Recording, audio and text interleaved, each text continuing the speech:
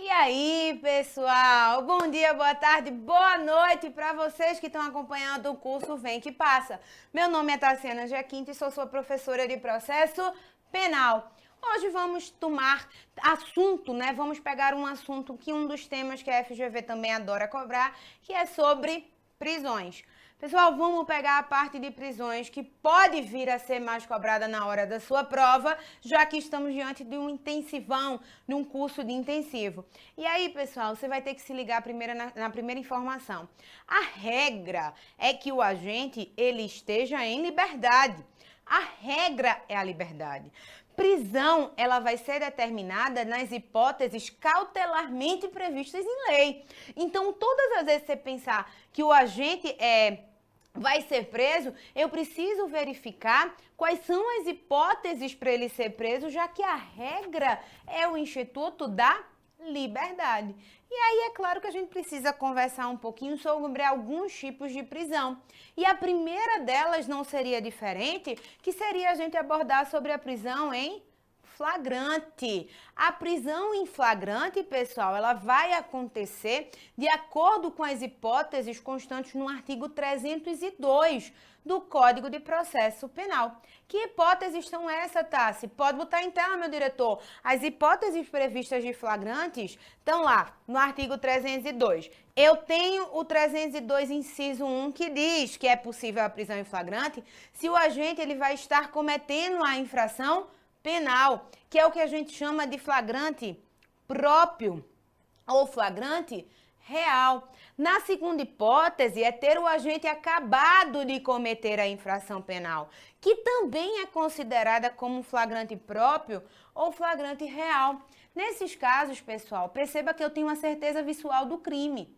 Ou o agente ele está cometendo a infração, ele acaba de cometer a infração, mas ele ainda está no local do crime, cometendo ou acabando de cometer aquela infração. Então, tem certeza visual daquela conduta. Por isso que o flagrante é chamado de flagrante próprio ou flagrante próprio ou real. A terceira possibilidade, que está no inciso 3, é haver perseguição logo após, pela autoridade, pelo ofendido ou por qualquer pessoa, em situação que se faça presumir ser autor da infração penal, que é chamado de flagrante impróprio e é também chamado, que não está aqui, mas eu vou colocar agora, é também chamado pela doutrina de quase flagrante. Então, na hipótese do inciso 3 do Código de Processo Penal, do artigo 302 do Código de Processo Penal, eu tenho a informação de ser o flagrante impróprio ou quase flagrante. Oh, não mudei a cor não, ó. Ou quase, agora sim, flagrante. Então, todas as vezes que você for pensar em flagrante quase que não sai. Em flagrante do inciso 3, você vai pensar que o agente ele foi perseguido logo após a prática da conduta pela autoridade, no sentido que faça presumir ser ele o autor da infração. E aí, pessoal, de cara eu já preciso que você tenha cuidado com esse inciso 3, com uma possibilidade. Porque perceba que a lei ela vai falar haver perseguição logo após pela autoridade. E aí a primeira discussão que vem é o que significa esse logo após? Quanto tempo seria esse logo após? A doutrina da jurisprudência não tem um tempo razoável, mas vai ser verificada na casuística apresentada se depois do cometimento do crime ele foi perseguido. O que eu preciso, acima de tudo, que vocês tenham conhecimento é que essa perseguição, ela, para caracterizar a hipótese de flagrante, ela precisa ser ininterrupta, ainda que ela não seja realizada pela mesma autoridade policial. Ainda que seja outra autoridade policial, é necessário que eu tenha uma perseguição que chamamos de ininterrupta. E eu tenho um inciso 4 que ele vai falar que é hipótese de flagrante ser o agente encontrado logo depois com instrumentos, armas, objetos ou papéis que façam presumir ser ele o autor da infração, também conhecido como flagrante presumido ou flagrante ficto. E nessa possibilidade, pessoal, ainda que o agente não esteja com determinados instrumentos, porque o que pode acontecer é o seguinte: eu pratico aquela determinada infração, eu pratico um roubo, me utilizando de arma de fogo, e depois eu vou e termino jogando a arma de fogo em determinada localidade. Ainda assim, se o agente for encontrado logo depois com determinados objetos que façam presumir ser ele o autor do crime, ainda assim é possível o reconhecimento dessa prisão em flagrante, que é considerada como flagrante ficto ou flagrante presumido. E aí, pessoal, o que vocês precisam ter conhecimento ainda é o seguinte: nas hipóteses de flagrante, se eu não tenho as hipóteses do artigo 302, eu tenho uma ilegalidade que a gente chama de ilegalidade material, porque na realidade não tem flagrante. Então, se eu não tenho hipótese de flagrante específico, eu tenho uma ilegalidade material. E a ilegalidade formal, Tassi? A ilegalidade formal, eu presumo que o flagrante aconteceu, mas na documentação, na formalização do flagrante, eu tenho algum tipo de ilegalidade. Ou seja, o agente ficou mais tempo do que devia sem ser comunicado ao magistrado, ao representante do Ministério Público. Não teve acesso ao seu advogado, por mais que tenha informado possuir um. Não assinou nota de culpa. Não teve comunicação à família. Enfim, tudo isso são o que a gente chama de ilegalidades formais. O flagrante, de certa forma, aconteceu, mas eu tenho uma ilegalidade na formalização da prisão. Beleza? Na ilegalidade do próprio flagrante. E aí eu preciso que vocês também tenham conhecimento acerca da audiência de custódia. Por quê? Porque a audiência de custódia, ela foi determinada desde a resolução 213 do CNJ. E esta resolução, ela vai estabelecer que o agente, ele deve ser imediatamente encaminhado ao magistrado para que o magistrado verifique se aquele flagrante, de certa forma, é legal. E pensa aqui comigo, qual é o princípio maior? A regra maior no processo penal não é a liberdade? Então, ele vai ser encaminhado de cara ao magistrado para que o magistrado verifique o quê? Se eu tenho hipóteses de relaxar a prisão dele, se eu tiver alguma hipótese de flagrante ilegal, ou então de fazer com que o agente ainda assim responda ao procedimento em liberdade, já que a regra é a liberdade. Então, a audiência de custódia foi criada justamente para isso, para evitar que o agente ele continuasse, ele ficasse preso sem a real necessidade. Então, hoje, o que é que acontece? Eu tenho um determinado delito, eu tenho um determinado crime, o agente foi preso em flagrante delito, em hipótese de flagrante, e eu tenho todas as legalidades daquele flagrante. Ainda assim, ele vai ser encaminhado para o magistrado para a realização do que a gente chama de audiência de custódia. Na audiência de custódia vai estar o promotor, vai estar o acusado, vai estar o seu defensor, né, seja advogado, defensoria pública, mais o magistrado, que vai ser decidido se é possível naquela casuística apresentada a conversão daquela possibilidade de flagrante em outra medida cautelar no intuito de restituir a liberdade do agente. Então, vai ser verificado se tem possibilidade de fiança, se tem possibilidade de outro tipo de medida cautelar diversa da prisão. E aí, pessoal, como a liberdade em si é a regra, o que você vai mais ter cuidado é se tem alguma hipótese de ilegalidade. Se eu não tenho hipótese de ilegalidade material, você vai verificar se tem hipótese de ilegalidade formal. E se tem hipótese de ilegalidade, você vai requerer o relaxamento da prisão. Seja por meio de relaxamento de prisão em flagrante, que está previsto no artigo 5º, seja por meio da ação autônoma de impugnação, que está lá que é o caso, né, do habeas corpus, já que eu tenho o quê? Já que eu tenho privação da liberdade. Vai depender da casuística apresentada e isso vai ser muito mais levado em consideração na sua prova de segunda fase, quando ela pede qual é a medida, né, ação autônoma de impugnação possível ou quando é a medida privativa de advogado. Mas o que você precisa saber é o seguinte, que nas hipóteses de prisão em flagrante, o que você vai verificar é se eu tenho algum tipo de ilegalidade material, que seria não hipótese de ocorrência do próprio flagrante, ou ilegalidade formal, que seria a ilegalidade na formalização daquele flagrante. Não tem hipótese de ilegalidade. Ainda assim, o agente ele vai ser remetido, encaminhado para a realização da audiência de custódia, que hoje ela é obrigatória, e de acordo, né, com a resolução do CNJ. E nessa audiência de custódia, vai ser verificada se há possibilidade do agente responder ao processo em liberdade. Por quê? Porque a regra é a liberdade. Se tiver como um agente responder ao processo em liberdade, ele vai ser posto em liberdade. Caso contrário, a prisão em flagrante deverá ser convertida no que a gente chama de prisão preventiva, desde que tenha os requisitos constantes no artigo 312 e 313 do Código de Processo Penal. Beleza? Essas hipóteses, pessoal, de flagrante, é claro que são as hipóteses que estão constantes na lei, mais especificamente no artigo 302. Mas eu tenho outros tipos de flagrantes que são elencados pela doutrina e pela jurisprudência que podem vir a ser cobrados na hora da sua prova e que eu preciso que vocês tenham conhecimento. Quais são eles, Tassi? O primeiro deles, pessoal, é o flagrante esperado. Esse tipo de flagrante, assim como o flagrante diferido, tá? São flagrantes que são chamados de flagrantes lícitos. Lícitos. Ou seja, são flagrantes permitidos. Vocês não vão confundir com esses dois tipos de flagrante aqui, o forjado ou preparado, que são considerados ilícitos, tá? A gente vai ver cada um deles. E o primeiro deles, claro, o flagrante esperado.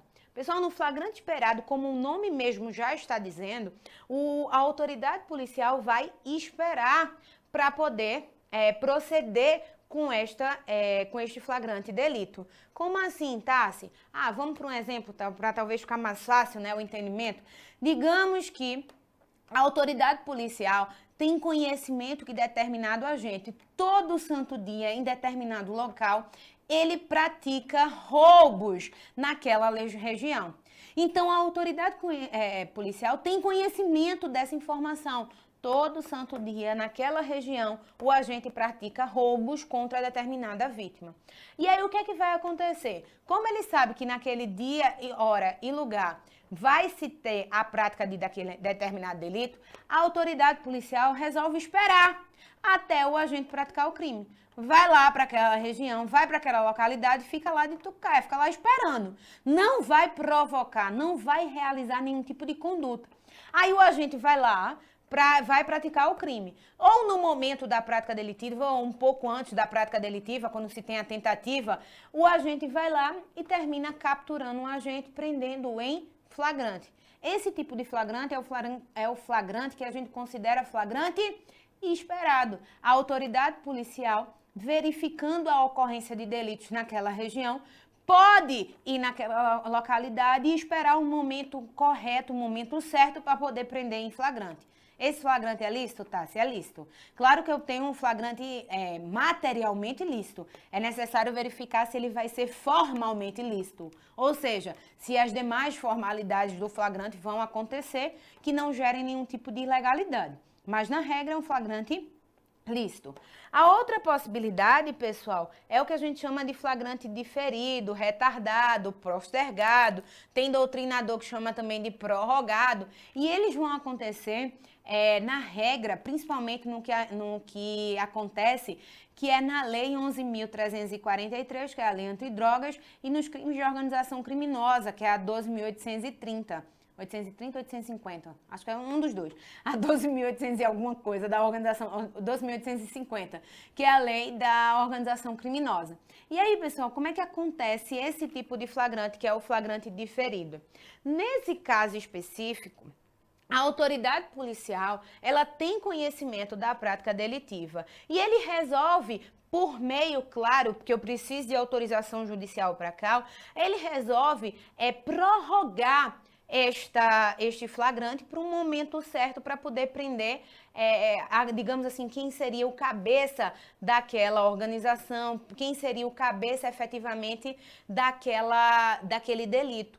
Agora perceba que no flagrante diferido, retardado, postergado, prorrogado, eu tenho que ter a autorização judicial para a qual acontece de eu ter um agente infiltrado naquela localidade que vai verificar o momento correto para que haja a possibilidade de apreensão, de prisão em flagrante. Este tipo de prisão a gente diz que é como se fosse uma exceção às possibilidades do artigo 302 do Código de Processo Penal. Por que, Tassi? Porque quando eu tenho um flagrante real, flagrante próprio, o agente está cometendo a infração e aí a autoridade ela tem a obrigação de prender.